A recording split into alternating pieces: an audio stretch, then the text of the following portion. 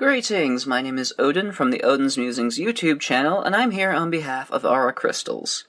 Today I'm going to show you all about the netted rope with crystals captured inside. This is a super simple stitch, and you can completely alter the look just by changing the bead type.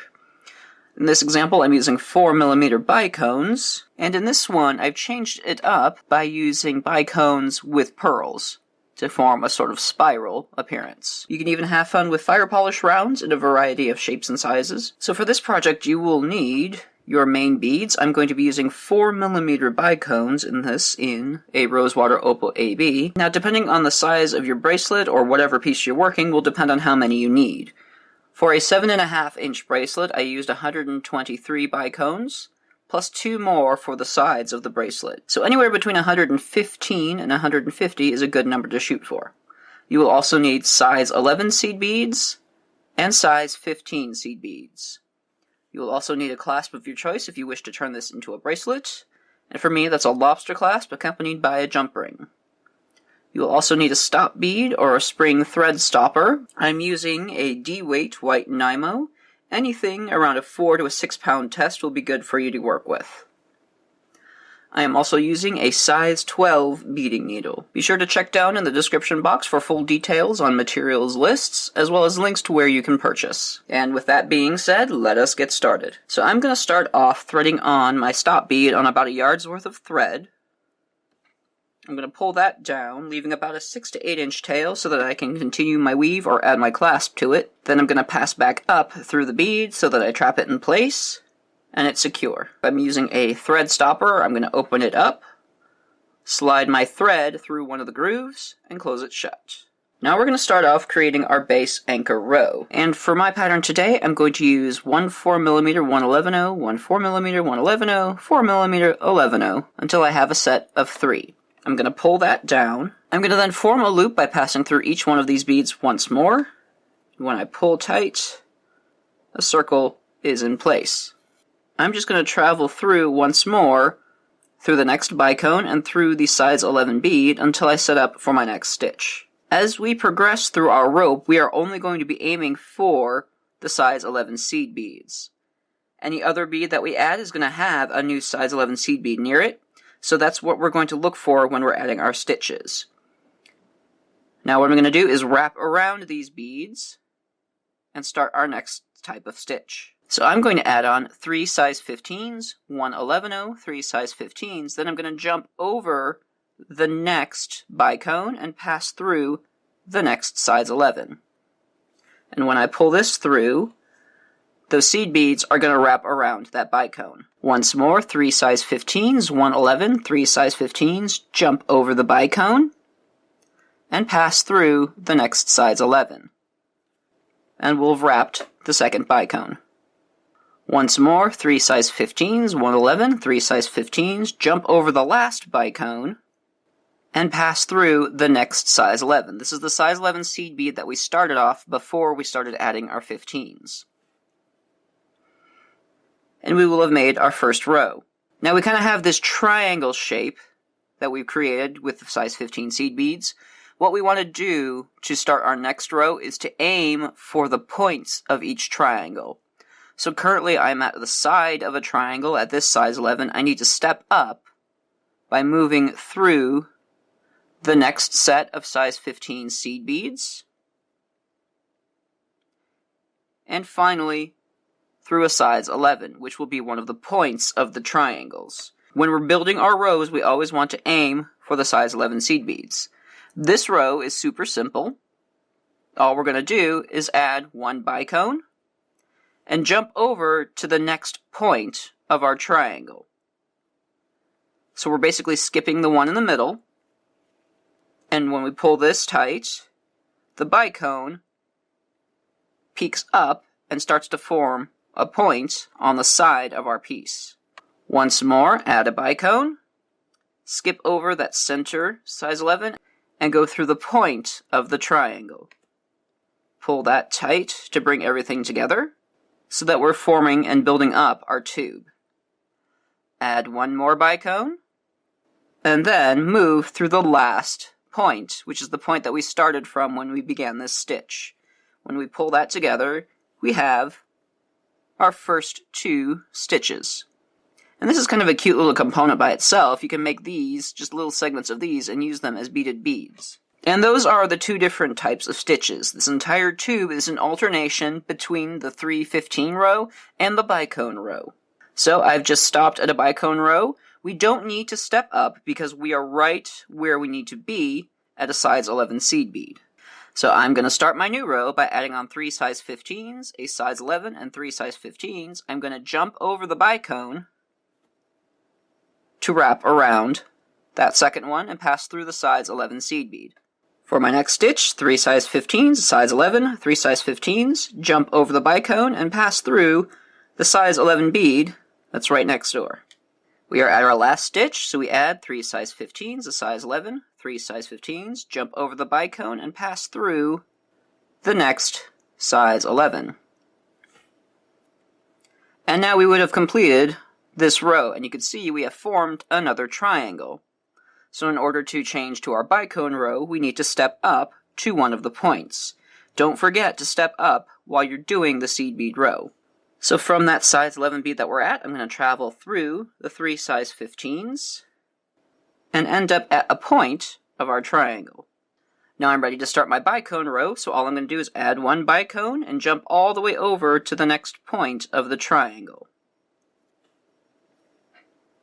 Pass through that there to begin our next row. Add 1 more bicone, jump all the way over to the next point in our triangle. Add my last bicone and jump through to the size 11 that we started from. And with that, our rope begins to take shape. Now we move on to a seed bead row. We don't need to step up since we are right where we need to be at a size 11 seed bead. So I've added 3 15s, 1 11, 3 15s, jump over the bicone,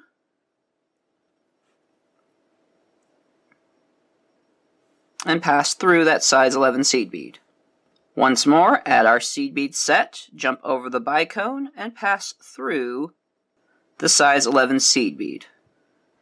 Add on my last set of seed beads, jump over my last bicone, and pass through the last size 11 bead. This will be the one that we've started from.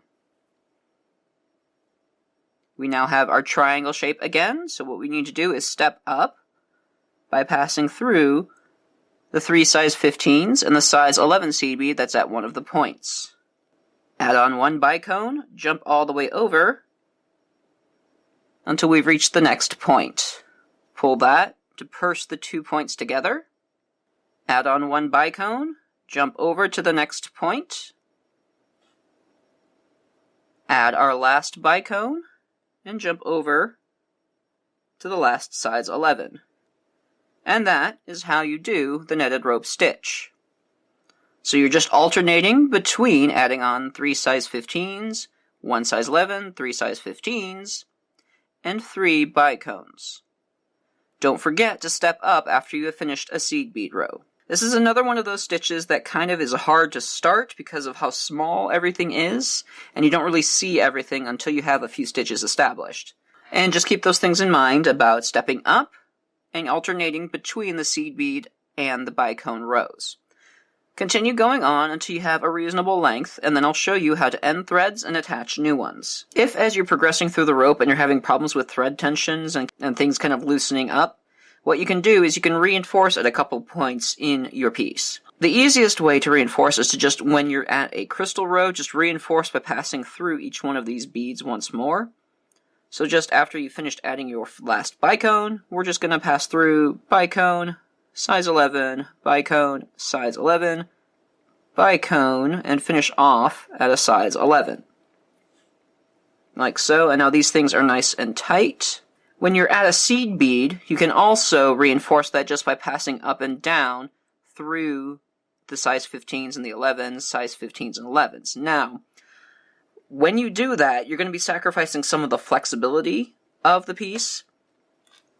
This is an example that I've done where I haven't reinforced anything, so all of the stitching is very loose, and we have this nice fluid, fabric-y motion when it comes to our piece.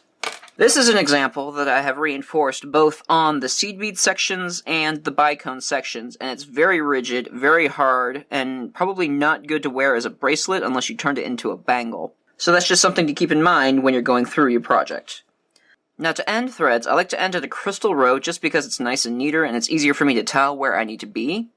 But I'm going to be coming out of a size 11 seed bead. All I'm going to do is go down a few of these bridges and pass through my 3 size 15s. Then I'm going to add half hitch knots. So what I'm going to do is I'm going to pass my needle underneath that netting until I've caught a thread bridge right where my working thread is coming out of. I'm going to pull my needle through until I form a loop with the thread, pass my needle through that loop, and pull tight. Then I'm going to progress, moving through the size 11, down another set of size 15s, and do another knot. So I go underneath my thread bridge, pull my thread through until I form a loop, pass my needle through that loop, and pull tight.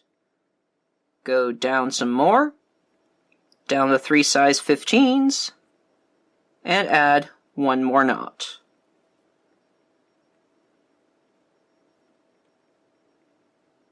Go down a few more beads, and from there I generally consider 3 knots to be a good place to cut your thread. But feel free to add more if you need to, but in the meantime, I'm just going to trim that off. Now when adding your new thread, it's pretty much going to be the same thing, except going up instead of down. I want to aim for one of these size 11 seed beads in between the crystals here.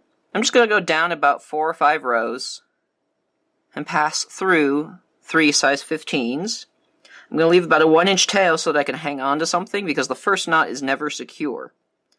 So I'm going to do my half hitch knot under the thread bridge, pull my thread through, form a loop, pass my needle through the loop, and pull tight. This knot will often slip just because it's the first one, so we need to pass through my next size 11 and size 15s, add another knot,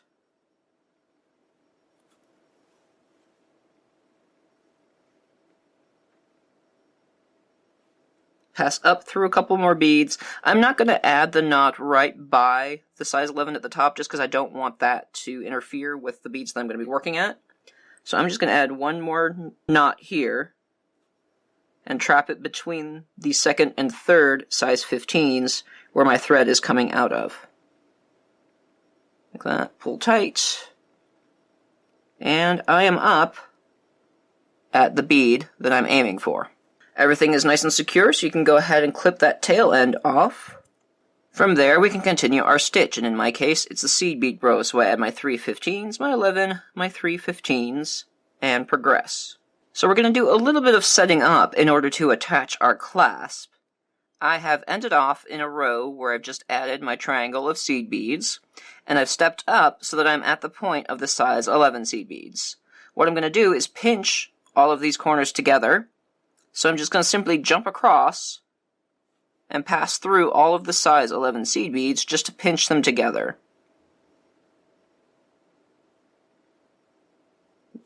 Like that. So that it purses over the bicones and we have a central point here. Now I'm going to add a bicone bead in half of my clasp. Then I'm going to pass down through the bicone so that I trap the clasp in place. I'm coming out of the left side of my size 11 seed bead. I'm going to secure it in place by going through the right side of the size 11 seed bead. And from there, I'm going to move over to the next size 11 seed bead. I'm going to pick up the bicone as well as the clasp. I'm going to go back down through the bicone. And then I'm going to pass through the right side of the second size 11 seed bead, where I'm starting from, just to anchor that in place. Finally, travel to the third seed bead, pick up the bicone and the clasp again, go back down through the bicone, and finally through the right side of the third seed bead. And that is relatively secure, but if you want to reinforce it even further, what we're going to do is move back through the first size 11 seed bead that we started from, go back up through the bicone, pick up our clasp, go down through the bicone again, and then pass to the right side of the size 11 seed bead that we started from. Move over to the second bead, and rotate, and do the same thing, going up the bicone, through the clasp, down the bicone, and back through the right side of the second bead. Move over to the third bead, do it again, to reinforce that. Once you have finished, travel down through the size 15 seed beads and add your half hitch knots to end your thread. Then don't forget to take off your stop bead and do the same thing on the opposite side. And that is it for the netted rope with captured crystals. This is a really fun, fast technique to make a really show-stopping piece with very little effort. You can customize this a lot by using whatever beads that you have in your stash, whether it be bicones, pearls, fire polish beads, and whatever you have. Play around with the sizes as well. You can do 3mm and even 6mm if you want a really huge rope. You can start off with a 3mm and then build up to a 4mm and then build up to something bigger. You'll just have to adjust the amount of size 15 beads that you add in between the rows. And that will do it for this lesson. Thank you so much for joining me. I hope you enjoyed. Be sure to check out the description box down below for a full materials list as well as links as where you can purchase. And while you're down there, feel free to subscribe to Aura Crystals for updates on new tutorials, techniques, and designs. And if you'd like to see more of my work, feel free to check me out at Odin's Musings right here on YouTube or odinsbeadhall.com.